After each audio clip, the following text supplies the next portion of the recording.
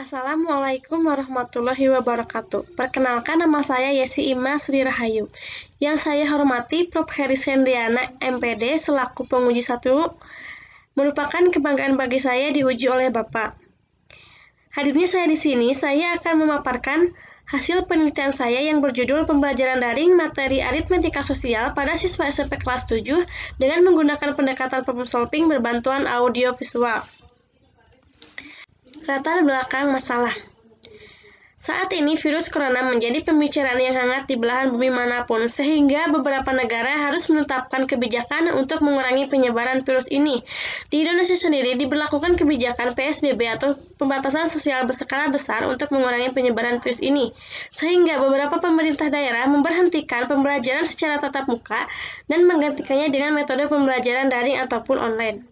Materi aritmetika merupakan salah satu pembelajaran matematika yang sangat berperan penting dalam kehidupan sehari-hari, karena masyarakat biasanya menerapkannya dalam perdagangan dan perbankan. Soal yang diberikan menuntut siswa untuk menyelesaikan masalah dalam bentuk soal cerita. Tidak sedikit siswa yang mengalami kesulitan dalam memahami materi aritmetika sosial. Di antaranya yaitu siswa masih kesulitan dalam algoritma penyelesaian soal. Siswa masih kesulitan dalam memahami konsep untung-untungan rugi jika dikaitkan dengan kehidupan sehari-hari. Juga siswa masih mengalami kesulitan dalam pemahaman konsep diskon. Penelitian ini difokuskan pada pembelajaran daring menggunakan pendekatan problem solving berbantuan audio visual.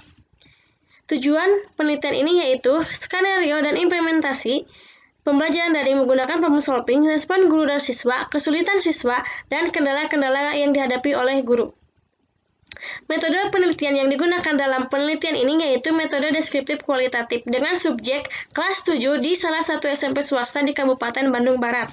Hasil dan pembahasan skenario dan implementasi pembelajaran sudah terlaksana dengan baik dan sudah sesuai dengan langkah-langkah pendekatan problem solving. Langkah yang pertama yaitu memahami masalah. Pada tahapan ini siswa diinstruksikan untuk membaca dengan teliti dan memahami permasalahan yang disajikan. Guru membimbing siswa untuk mencari informasi-informasi apa saja yang diketahui dalam permasalahan yang disajikan. Pada tahapan ini, pertemuan demi pertemuan sudah berjalan dengan lancar. Siswa sudah terbiasa dengan menggunakan pendekatan problem solving. Hal ini sejalan dengan penelitian yang dilakukan oleh Fajriya, Salasi, dan Suryawati 2016 yang menyatakan bahwa siswa yang memiliki kemampuan membaca yang baik akan lebih mudah dalam memahami masalah. Langkah yang kedua yaitu merencanakan penyelesaian masalah.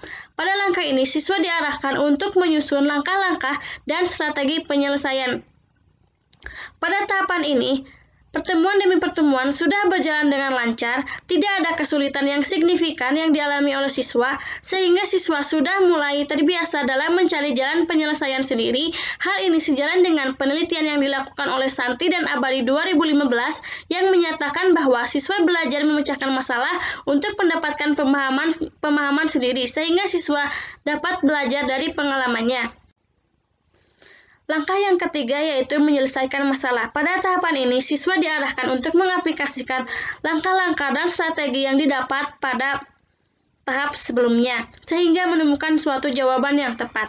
Pada tahap ini, pertemuan demi pertemuan sudah berjalan dengan lancar, siswa sudah mampu menyelesaikan permasalahan, siswa sudah terlatih dalam berpikir logis dan sistematis dalam menyelesaikan suatu masalah.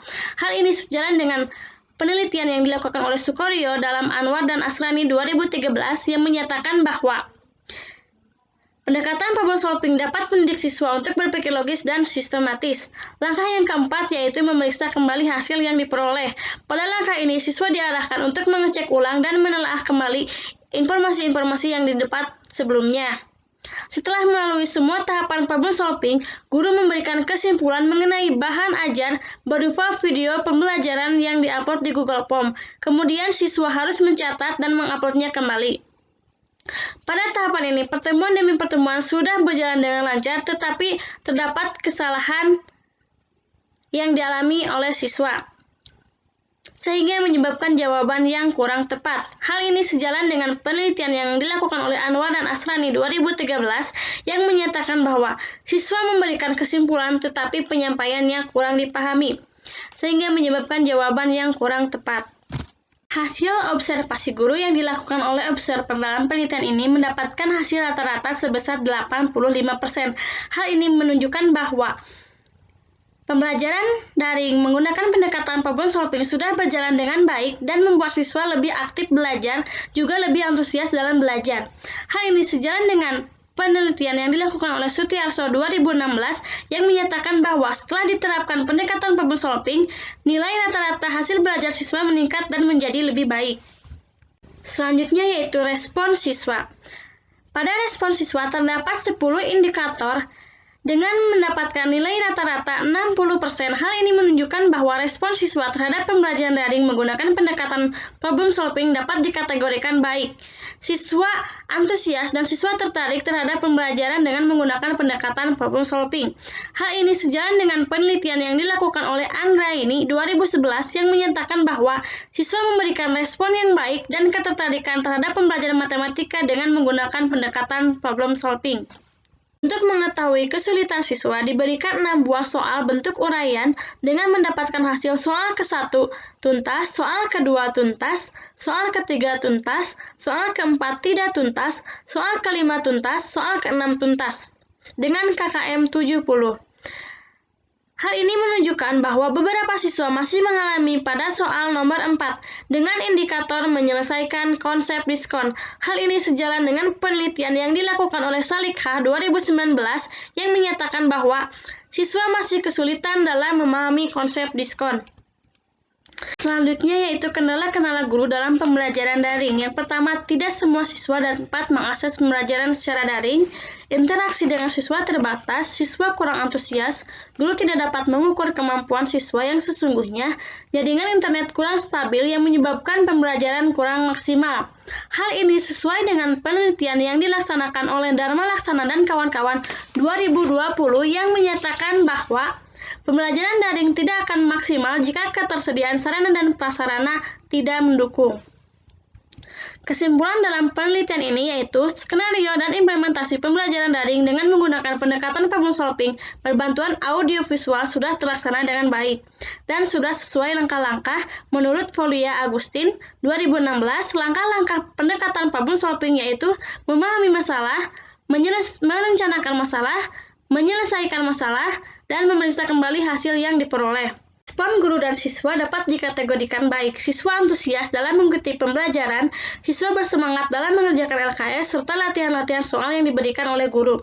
Hal ini sejalan dengan penelitian yang dilakukan oleh Kusmaharti dan Yustistia 2020 yang menyatakan bahwa siswa senang dan antusias mengikuti pembelajaran daring pada pembelajaran matematika dengan menggunakan pendekatan problem solving.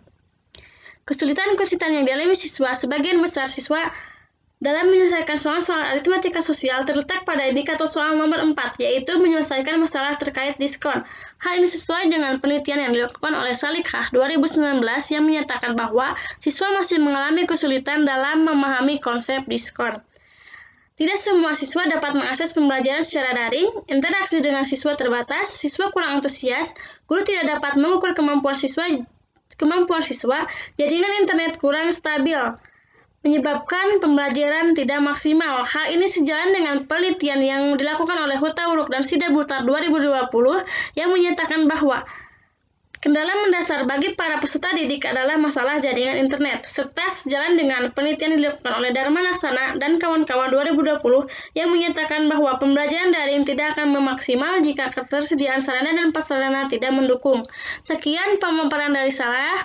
Mohon maaf apabila ada salah kata. Terima kasih atas waktu yang diberikan. Wassalamualaikum warahmatullahi wabarakatuh.